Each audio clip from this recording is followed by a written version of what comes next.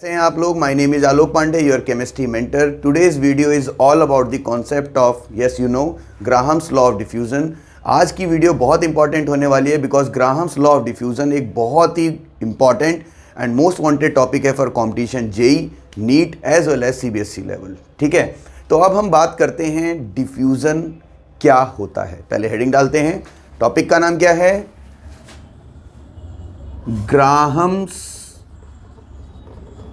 Law of diffusion. इसको हम shortcut में GLD भी बोलते हैं. अब पॉइंट क्या है कि आखिर ये डिफ्यूजन होता क्या है. बच्चों, डिफ्यूजन जो है वो सॉलिड, लिक्विड और गैस तीनों के लिए एप्लीकेबल है. तो सबसे पहले मैं आपको एक इसकी जनरल डेफिनेशन लिखवाता हूँ डिफ्यूजन की. और वो डिफ्यूजन की डेफिनेशन क्या है? Diffusion is basically tendency of any substance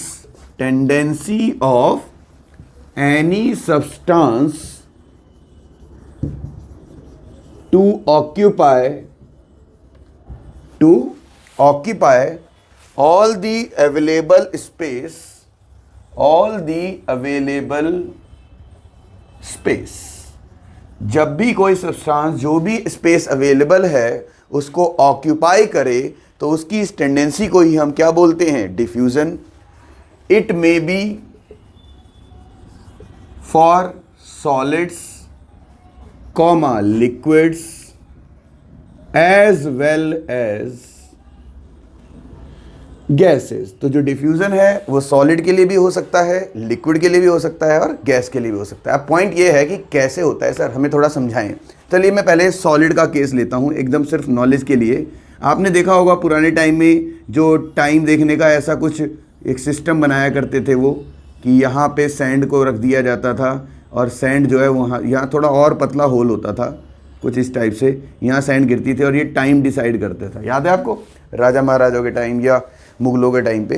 तो बेसिकली यहाँ पे धीरे धीरे सैंड गिर रहा है और ये इवनिंग तक सारा नीचे आ जाता था. तो इस तरीके से टाइम नोटिस करते थे कि 50% आ गया तो 4 बज रहे हैं, 3 बज रहे हैं, या दोपहरी हो गई या दोपहरी जाने वाली है, जो भी है, पहर वहर होते थे पुराने टाइम में. बट पॉइंट ऑफ कंसर्न कि जब वो सॉलिड पार्टिकल यहाँ से आते थे तो एकदम फैल के वो गिरते थे. आपने किसी डब्बे में, किसी कंटेनर में कभी, जैसे शुगर है, चीनी को आप एक डब्बे में डाल रहे हो, बाहर से लेके आए हैं पापा या मम्मी, कोई भी आप लेके आए हो, आपने बॉक्स लिया, उसमें शुगर को डाला तो 4 दाने डालोगे तो वो फैल जाते हैं. तो वो बेसिकली हो क्या रहा है, उनका sugar particles are getting diffuse inside the container, right. चलिए, और दूसरा एग्जांपल क्या ले सकते हो? लिक्विड का. लिक्विड के लिए आप क्या ले सकते हो? घर में आपके ये सिंक है, सिंक से एक पाइपलाइन जा रही है, उस पाइपलाइन का जो सोर्स है वो यहाँ पे सीधे ड्रेन होती है, नाली होती है, उसमें सीधे चला जाता है. बाई चांस इस पाइप का पानी फैल जाता है और ये पूरे किचन के नीचे वाला जो स्पेस होता है वहाँ फैल गया. तो पानी को जैसे स्पेस मिला वो यहाँ से क्या हुआ? फैल गया. तो ये भी बेसिकली उसका क्या हो गया? डिफ्यूज़न. तो आपको एक आइडिया लग गया कि डिफ्यूज़न का मतलब है कि कोई भी चीज़ कहीं से लीक कर जाए या उसे अगर स्पेस मिले तो वो जितना हो सके उतना स्पेस घेर लेती है ना. स्पेस को आप वॉल्यूम भी कह सकते हो. बट हमें जो डिफ्यूज़न पढ़ना है यहाँ पर, वो किसके लिए पढ़ना है? यस, गैसेस के लिए. तो गैसेस के लिए डिफ्यूज़न की क्या डेफिनेशन है, चलिए हम उसको समझते हैं. इसको चाहे तो आप नोट कर लें, मैं साइड हो गया हूँ. You can take the screenshot also, you can note it later और you can note along with me also. Okay, 3, 2, 1.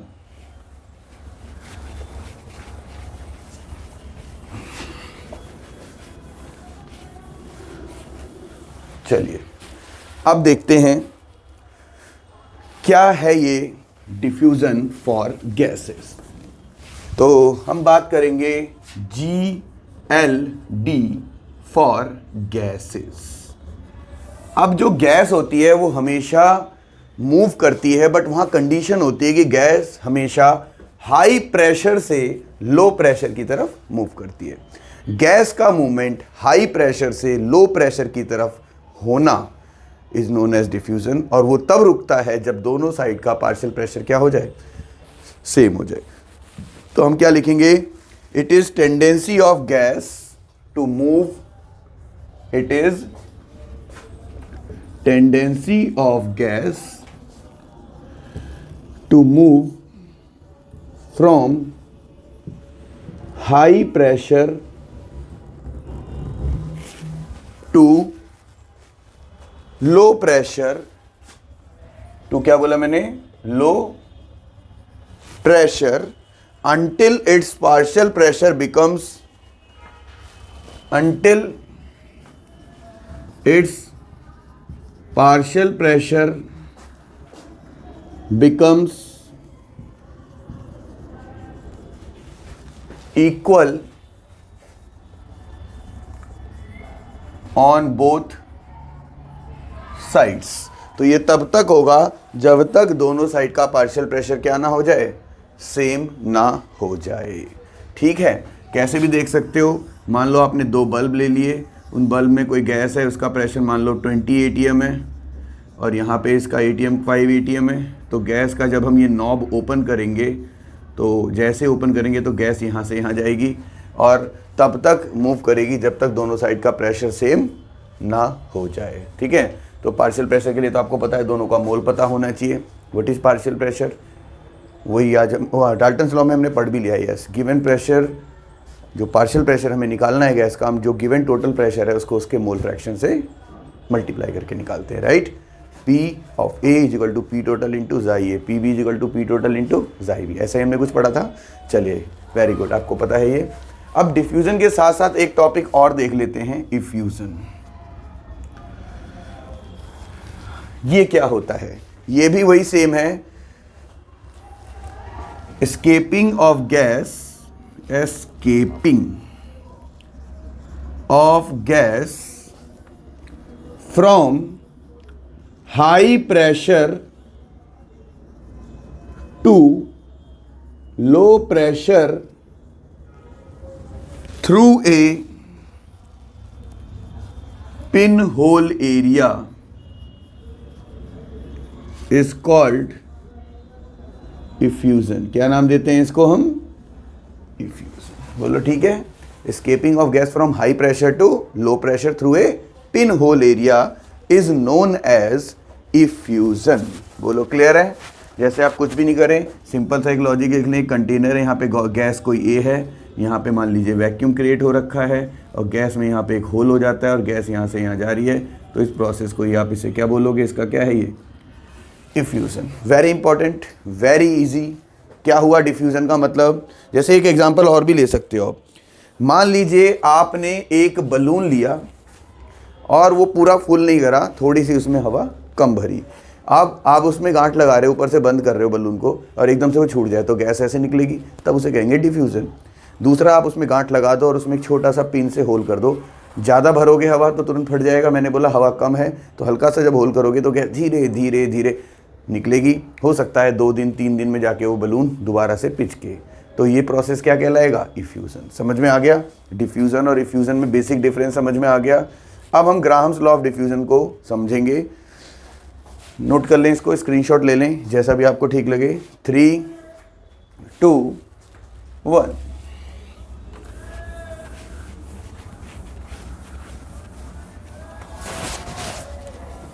अब ग्राहम्स लॉ ऑफ डिफ्यूज़न जो है वो बेसिकली रेट ऑफ डिफ्यूज़न की बात करता है कि रेट भी अलग अलग तरह के होते हैं कि गैस का जो निकलना है वो टाइम के रेस्पेक्ट में हो सकता है, वॉल्यूम का, डेंसिटी का, मास का, मोल्स का।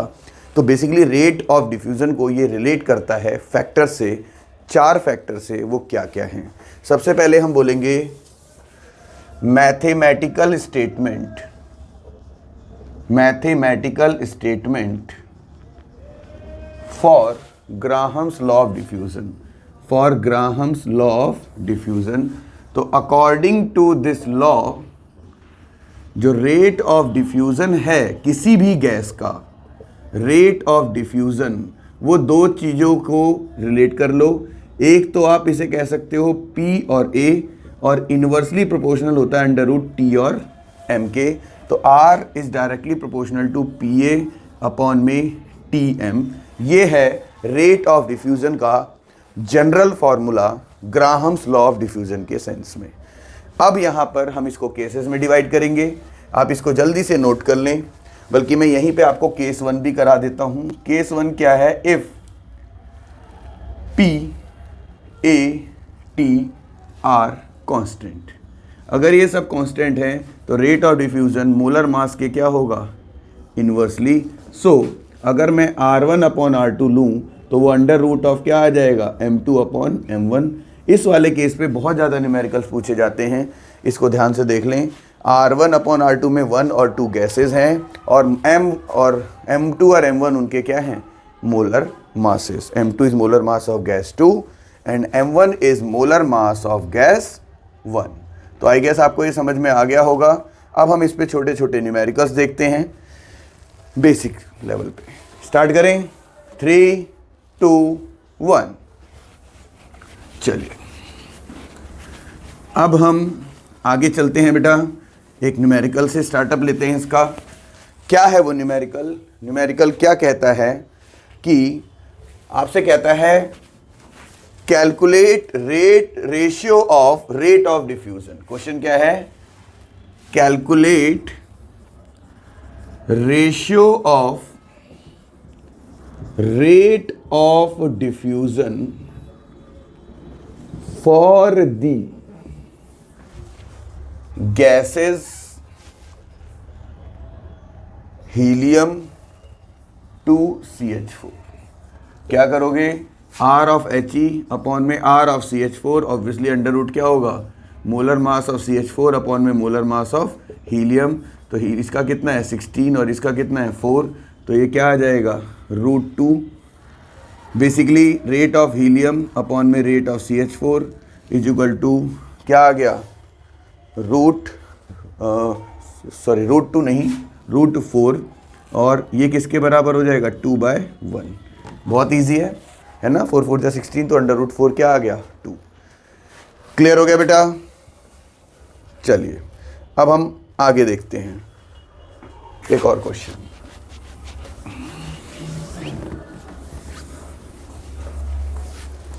क्वेश्चन कहता है calculate rate of diffusion of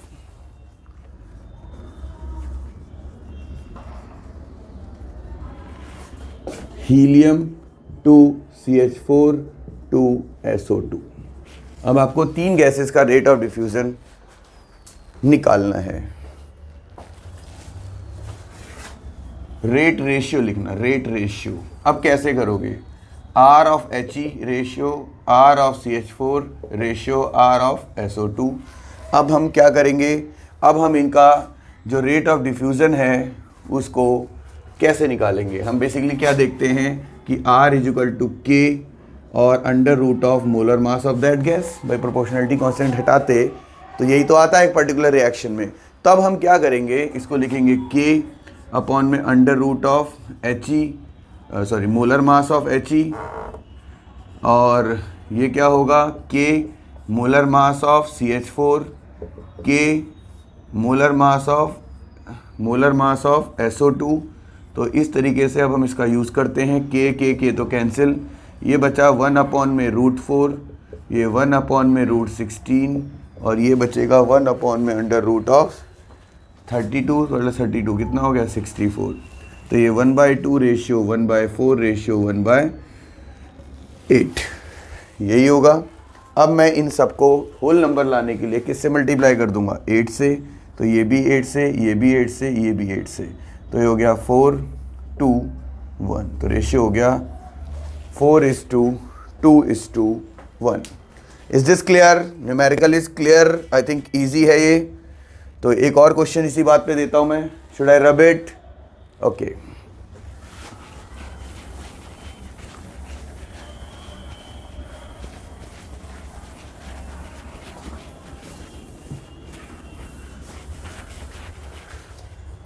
तो अब हम देखते हैं एक और क्वेश्चन।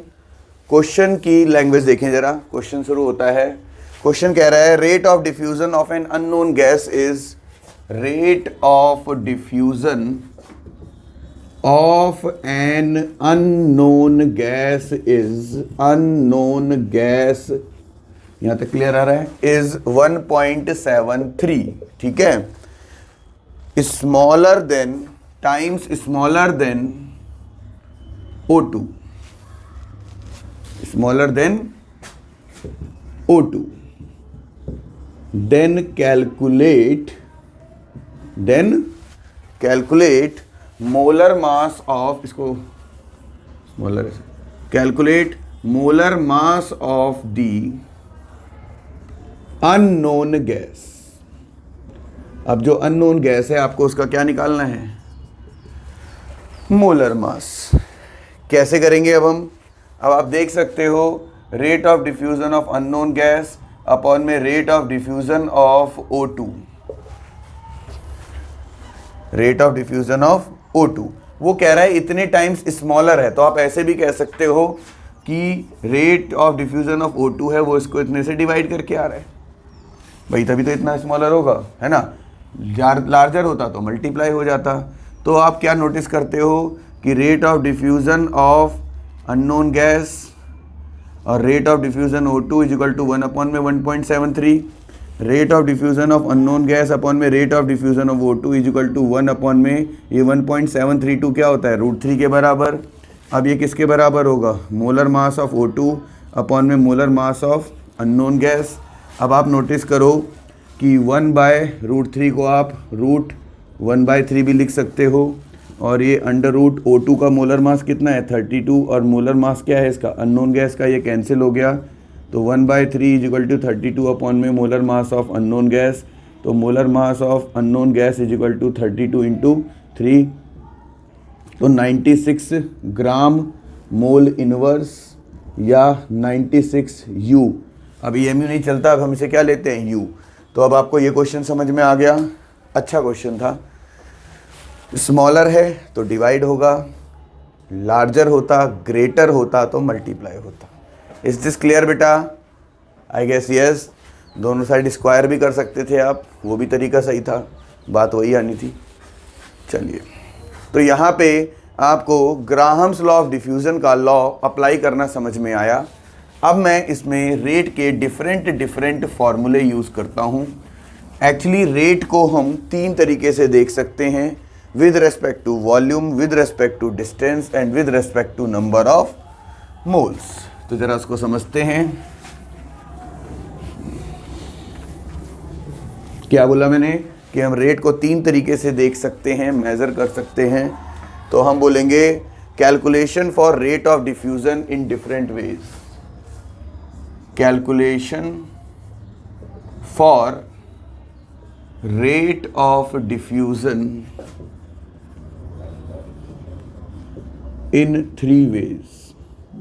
तीनों वे पढ़ते हैं। सबसे पहला विद रेस्पेक्ट टू वॉल्यूम, तो हम बोलेंगे here rate is equal to volume diffused divided by time taken. मतलब R इज इक्वल टू क्या लेंगे हम, V/T। तो आपने पढ़ा है R1/R2 इज इक्वल टू, अब क्या रख देंगे V1/T1, और ये क्या होगा V2/T2, और अंडर रूट आपका क्या था पहले से ही M2/M1। तो इस तरीके से आपने क्या देखा कि R1/R2 is equal to V1/T1, और ये क्या हो जाएगा T2/V2 is equal to under root of M2/M1। क्या ये बात आपको समझ में आ गई? पहला फॉर्मूला क्लियर है? जल्दी से इसे नोट करें, मैं साइड हो रहा हूँ, जल्दी से नोट करें। 3, 2, 1। तो ये था विद रेस्पेक्ट टू वॉल्यूम। अब हम अगला केस देखते हैं जिसमें हम वॉल्यूम को रिप्लेस करेंगे डिस्टेंस से।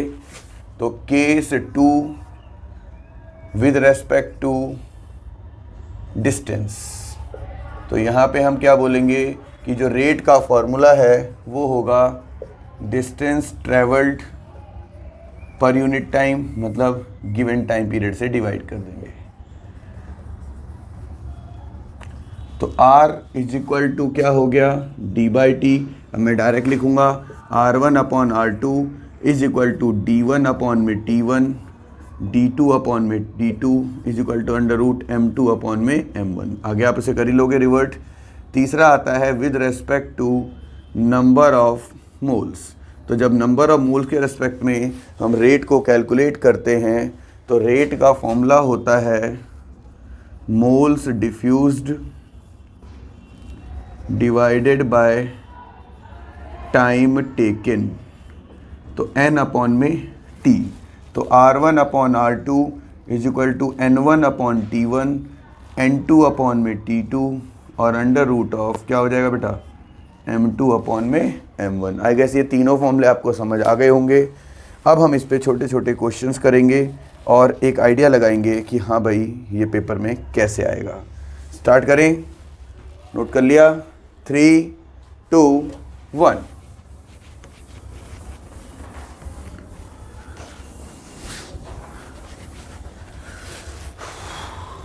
क्वेश्चन आता है अब आपके सामने। क्वेश्चन क्या है, if 20 gram of helium is diffused, if 20 gram of helium is diffused through a hole,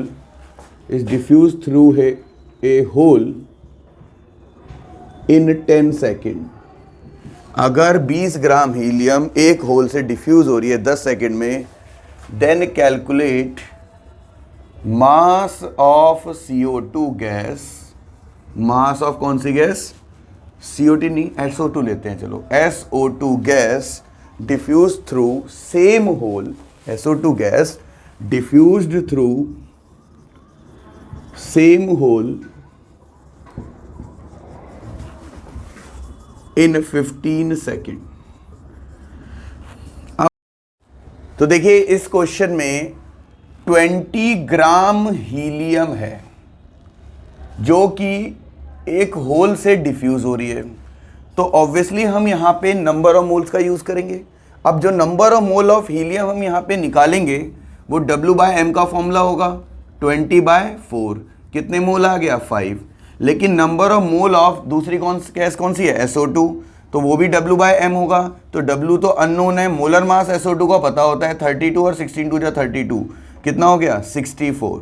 अब हम क्या करेंगे, rate of diffusion of helium upon में rate of diffusion of SO2 और मोलर मास ऑफ SO2 और molar mass of helium का under root हो जाएगा। अब यहाँ पे आप लगाओगे N ऑफ He अपॉन में T ऑफ He अपॉन में N ऑफ SO2 अपॉन में टाइम ऑफ SO2।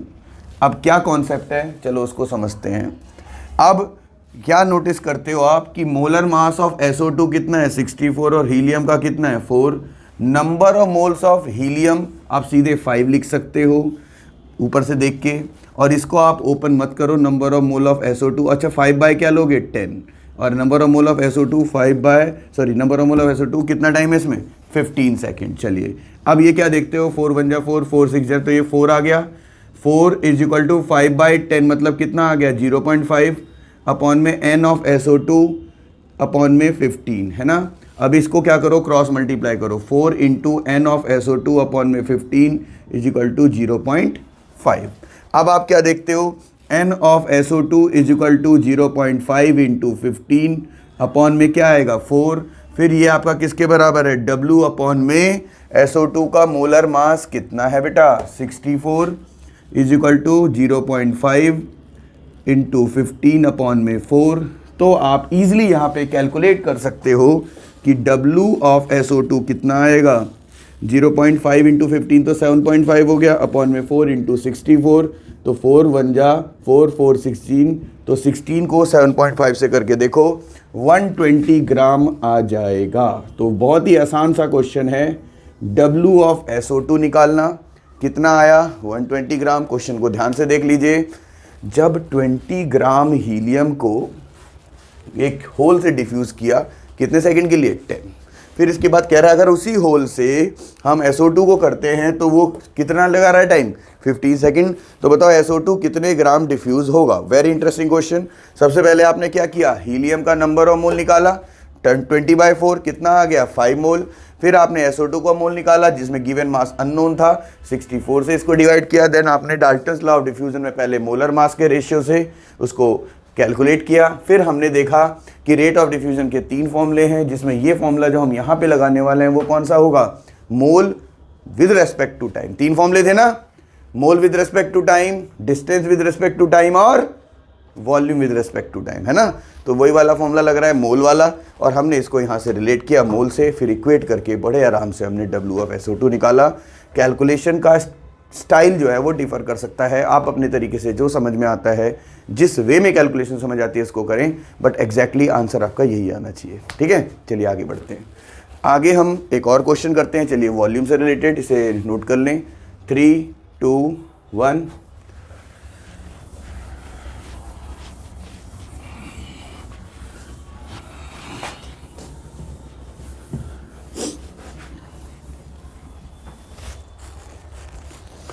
क्वेश्चन क्या कह रहा है, इफ 50 ml of H2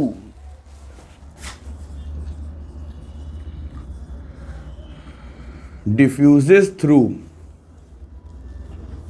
क्या बोला मैंने, if 50 ml of H2 diffuses through a hole in 20 second, hole in कितने second, 20 second, then calculate volume of O2 gas, then calculate volume of O2 gas diffused through the same hole in 30 seconds.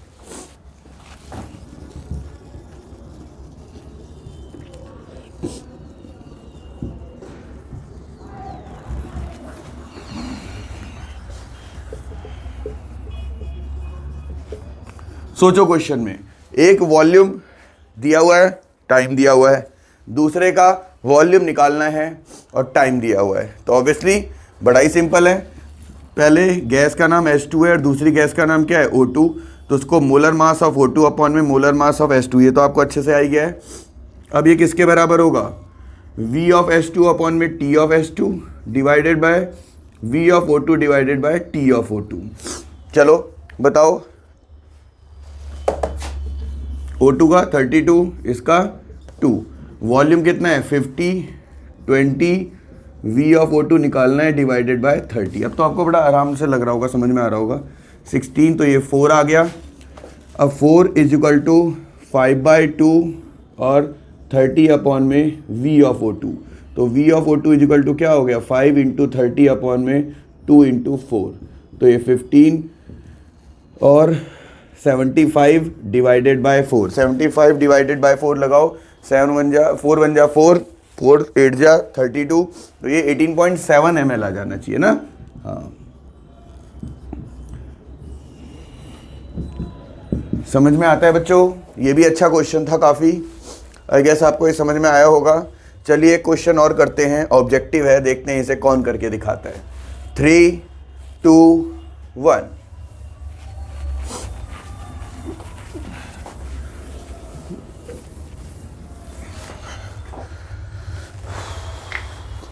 देखते हैं question क्या है, X ml of H2 diffuses through a hole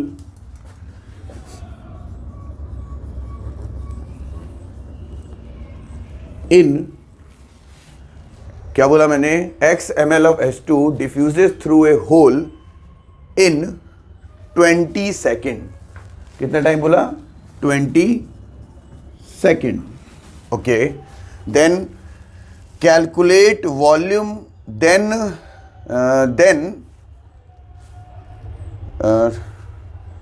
20 second नहीं, इसको change करके 5 second करते हैं, ठीक है, 5 सेकेंड।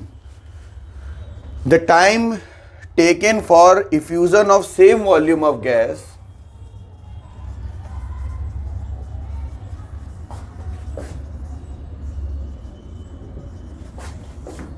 same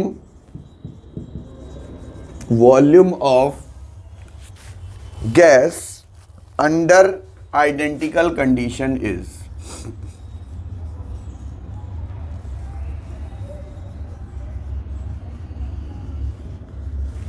अब कैसे करेंगे, कंडीशन देखते हैं।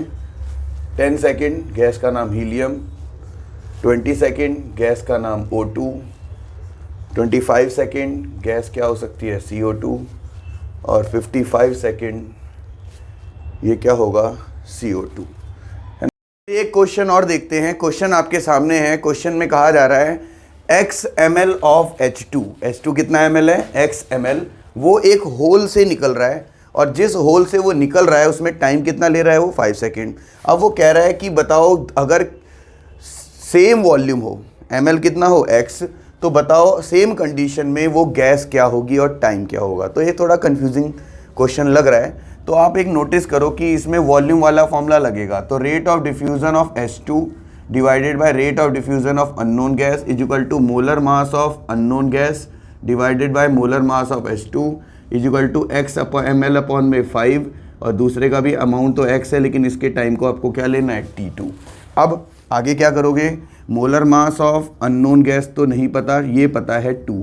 ये आपका क्या हुआ? x से x कट गया तो ये आ गया T2 बाय 5। अब दोनों साइड स्क्वायरिंग कर दो। स्क्वायरिंग करने से molar mass of unknown gas upon में 2 is equal to T2 square upon में क्या आ गया? 25। तो आप नोटिस करो कि 25 बाई 2 मतलब 12.5 इज इक्वल टू क्या हो जाएगा? T2 स्क्वायर अपॉन में molar mass of unknown gas. अब ये डेटा यहाँ पे यूज़ करते चलो और सॉल्व करो। पहला T2 स्क्वायर मतलब 10 का स्क्वायर डिवाइडेड बाय 4 मतलब 100 बाय 4। 100 बाय 4 क्या 12.5 आएगा? नहीं, वो तो 25 आएगा। तो A तो नहीं होगा। ये 20 इंटू 20 कितना होता है? 400 अपॉन में 32। ये बेटा 12.5 आएगा। तो यही आपका क्या हुआ आंसर।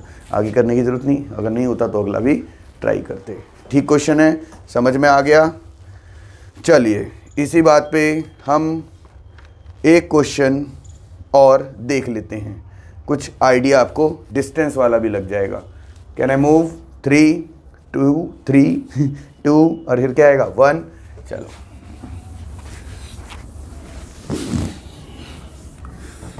देखते हैं। एक और प्रश्न आ रहा है आपके सामने। क्या है क्वेश्चन? क्या है कि एक कंटेनर है इस तरीके से। इस कंटेनर में इस तरीके से हमने 2 साइड्स बना दी। एक साइड से हमने इस पॉइंट को x माना और इस पॉइंट को क्या माना? y मान लिया। अब यहाँ पे हमने गैस कौन सी डाली? H2। यहाँ से कौन सी गैस मूव कर रही है? O2। और ये जो ट्यूब है, कंटेनर है, वो कितना है? 5 मीटर का। तो बोल रहा है calculate distance from and x, distance from and x at which first drop of liquid, at which first drop of liquid appears। अच्छा, क्वेश्चन तो बड़ा इंटरेस्टिंग सा लग रहा है। कैसे करेंगे इसको हम? तो हमें पता है रिएक्शन क्या होगी? H2 प्लस हाफ O2 क्या बनाएगा? H2O। तो rate of diffusion of H2 upon में rate of diffusion of O2 is equal to molar mass of O2 upon में molar mass of H2 is equal to D of H2 upon में T of H2 और D of O2 upon में T of O2। यही करेंगे ना बेटा। अब हम क्या दिमाग लगाएंगे? हम ये दिमाग लगाएंगे कि मोलर मास ऑफ O2 तो कितना होता है? 32। ये कितना होता है? 2। मान लीजिए H2 ने जो डिस्टेंस कवर की यहाँ से यहाँ तक वो D है और यहाँ से यहाँ तक 5 माइनस D है। तो मैं यहाँ पे तो D रहने दूँगा। बोलो ठीक है। और जो टाइम है वो ओवरऑल दोनों में क्या लगेगा? सेम। तो D बाय T और ये क्या हो जाएगा? 5 माइनस D अपॉन में T। तो क्या आ गया? 216 4 आ गया। ये 4 is equal to D by T और ये अपॉन में था, सॉरी। तो ये क्या हो जाएगा? T अपॉन में 5 माइनस D कैंसिल हो गया। इससे मल्टीप्लाई करो 4 5 minus D is equal to D। 20 minus 4D is equal to D। तो 20 इज इक्वल टू 5D। तो डिस्टेंस कितनी हो गई? 20 by 5 is equal to SI में क्या आ जाएगा? 4 मीटर। वेरी इजी क्वेश्चन ना, समझ में आया? तो इस तरह से ये डिस्टेंस वाला क्वेश्चन भी पेपर में आपके आ सकता है। आई गेस आपको ये समझ में आया होगा। क्या हम अगला क्वेश्चन करें अब? Are you ready for that? Okay, तो अब हम एक क्वेश्चन और करेंगे इस पे, देन हम केस 2 पे चलेंगे। Okay, 3 2 1।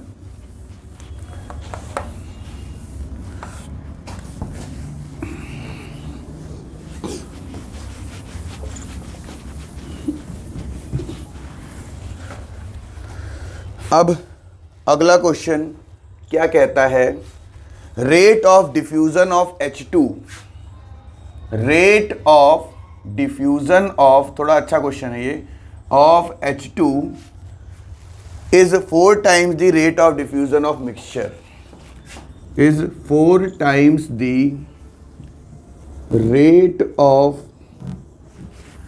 diffusion of mixture containing CO and CO2। ठीक है जी। कैलकुलेट, क्या कह रहा है, calculate percentage of CO in the mixture. अब इस मिक्सचर में आपको CO की परसेंटेज निकालनी है। तो आप देखते हो rate of diffusion of H2 is equal to 4 times the rate of diffusion of mixture, यही बोल रहा है ना वो, मतलब रेट ऑफ H2 अपॉन में rate of mixture is equal to 4/1 is equal to molar mass of mixture divided by molar mass of H2। तो 4/1 is equal to molar mass of mixture divided by 2, अब square कर दो, 4 4 जा 16 is equal to molar mass of mixture divided by 2। तो molar mass of mixture बेटा कितना आ गया आपका, 32। अब यहाँ पे कॉन्सेप्ट क्या लगेगा कि जो मिक्सचर का मोलर मास है वो कहीं ना कहीं CO2 और CO के बीच में लाई करेगा। CO का कितना होता है, 16 + 12 कितना हो गया, 28, और इसका 44। तो यहाँ लगेगा the concept of average molar mass. Average molar mass की एक ट्रिक होती है कि अब हमें एवरेज मोलर मास का जो कॉन्सेप्ट है वो कैसे लगाते हैं वो मैं आपको बताता हूँ। पहले हम एवरेज मोलर मास निकालते हैं। किसका निकालना है बेटा, CO का। तो एवरेज मोलर मास ऑफ, जब CO का निकालना है, सॉरी, एवरेज मोलर मास को हम डायरेक्ट एक परसेंटेज वाले फॉर्मूले से बताते हैं, ज़्यादा इजी रहेगा। परसेंटेज ऑफ CO जैसे आपको निकालना है, तो जो आपका एवरेज मोलर मास है उसमें से मोलर मास ऑफ किसका माइनस कर दो, CO2। CO2 का निकालना होता तो किसका माइनस करते, CO, अपॉन इसका मॉडुलस लेना, अपॉन में मोलर मास ऑफ CO2 और मोलर मास ऑफ CO, इनका डिफरेंस ले लो।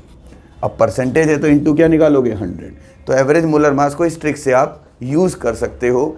ऐसा कई जगह और भी यूज़ होता है जब हम एक सर्टेनिटी भी नहीं होते हैं और हमें मिड का एक कॉन्सेप्ट फॉलो करना होता है, एवरेज वाला कॉन्सेप्ट। तो हम यहाँ पे क्या लिखेंगे, 32 माइनस 44 का मॉडुलस, और ये 44 माइनस 28। तो ये कितना आ गया, 32 44 कितना आ गया, 12, और 14 में से 8 गया 6, 3 में से 2 गया 1, और इंटू क्या था 100, 4 4 जा 4, 4 3 जा और 4 4 जा 25। तो ये कितना परसेंट आ गया बेटा, 75%, है ना। काफ़ी इंटरेस्टिंग क्वेश्चन है, देख लें ध्यान से, बहुत ही अच्छा क्वेश्चन था ये, और बहुत सारे क्वेश्चन हमने अभी कवर कर लिए हैं इस टॉपिक पे। अब हम चलते हैं case 2 of Graham's law of diffusion. क्या ये आपको क्लियर हो गया, येस और नो, क्लियर हो गया? चलिए ओके, मुझे उम्मीद है आपको बहुत समझ आ रहा होगा ये, और इसको बार बार देखें, बार बार रिवाइज करें और अपने माइंड में बैठाएं। कभी कभी हमें फर्स्ट टाइम में चीज़ें एग्जैक्ट क्लियर नहीं होती, और सेम चीज़ हम जब सेकंड टाइम करते हैं तो वो बहुत थॉरो क्लियर हो जाती है माइंड में, है ना। तो लास्ट अब आ रहा है case 2 Graham's law of diffusion का। चलिए अब हम इसको पढ़ते हैं। Case 2 Graham's law of diffusion. इसमें क्या है, here pressure of both gases is different. Sir इसका क्या मतलब है, अभी आपने पढ़ा था rate of diffusion is directly proportional to, बताएं क्या लिखा था, प्रेशर एरिया अपॉन में √TM। अभी तक हम m को लेते थे, अब हमें p को भी वेरिएबल लेना है। तो obviously r is directly proportional to p upon में √m। तो r1 अपॉन में r2 is equal to p1 upon में p2, और अंडर रूट में क्या हो जाएगा, m2 अपॉन में m1। तो इन्वर्सली था तो रिवर्ट हो गया, डायरेक्टली था तो सेम रेशियो में आ गया। तो ये वाला लॉ हम यूज़ करने वाले हैं। बहुत ही इजी है, बहुत ही इजी ये वाला। इस पे हम 2 न्यूमेरिकल करते हैं, बहुत इजी है। चलें शुरू करते हैं। 3, 2, 1। ये बहुत रेयरली पूछा जाता है इस लॉ पे, लेकिन हाँ क्वेश्चन बन सकता है, प्रोबेबिलिटी तो है ही। क्वेश्चन क्या कहता है? A container contains helium and CH4 in mole ratio of 2:1. Calculate composition of mixture. Calculate composition of mixture. ये कैसा क्वेश्चन है? Composition of mixture. तो हमें यहाँ पे समझना पड़ेगा कि हमें यहाँ पे पहले पार्शियल प्रेशर ऑफ हीलियम निकालना पड़ेगा, जो कि P total into number of mole of helium upon में number of mole of helium plus number of mole of CH4 होगा। तो पी टोटल को तो हम यहाँ 1 मानेंगे, हीलियम का मोल कितना है 2 और इनका टोटल रेशियो कितना है 3। ऐसे पार्शियल प्रेशर ऑफ CH4 निकालेंगे, P total into number of mole of CH4 upon में number of mole of helium plus number of mole of CH4। तो 1 इंटू यहाँ पे हम क्या ले लेंगे इसका CH4 का 1 अपॉन में 3। अब हम क्या करेंगे, R ऑफ हीलियम अपॉन में R of CH4 is equal to pressure of helium upon में pressure of CH4 into molar mass of CH4 और मोलर मास ऑफ क्या ले लेंगे हीलियम। प्रेशर ऑफ हीलियम आप नोटिस करो 2/3 है, CH4 आप नोटिस करो 1/3 है, molar mass of helium CH4 16 और इसका कितना है 4। तो ये हो गया 2 × 4 तो 8। तो rate of helium and rate of CH4 क्या आ गया 8:1। क्या आपको समझ में आया? Is this clear? एक बारी क्रॉस चेक कर लें। 4 4 जा 16 का √2 आएगा, सही कह रहे हैं। 4 यहाँ पे ना 2 आएगा बेटा, तो ये आएगा 4:1 है ना। अब ठीक है भाई, 4 4 जा 16 ज़्यादा जल्दी करने के चक्कर में हो जाता है ऐसा। 4 का √ कितना आएगा 2 आएगा।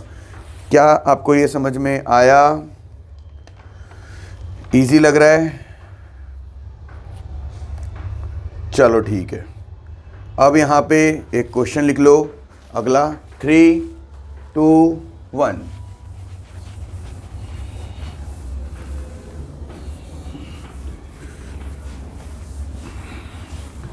लिखो, if ratio of partial pressure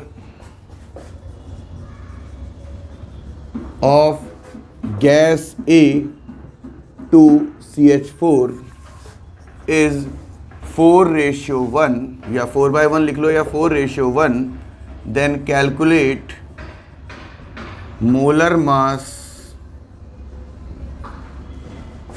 of gas A if rate of diffusion of A is twice of CH4। अब ये क्या क्वेश्चन है? तो पार्शियल प्रेशर का रेशियो मतलब PA अपॉन में P ऑफ CH4 आपको गिवन है 4:1, ठीक है बेटा। अब इसके अलावा rate of diffusion of A is twice of rate of diffusion of CH4, मतलब rate of diffusion of A upon में rate of diffusion of CH4 भी आपका कितना दिया हुआ है 2/1। अब आप लगाओ कि RA अपॉन में RCH4 is equal to PA upon में P ऑफ CH4। अब क्या है, molar mass of CH4 upon में मोलर मास ऑफ A।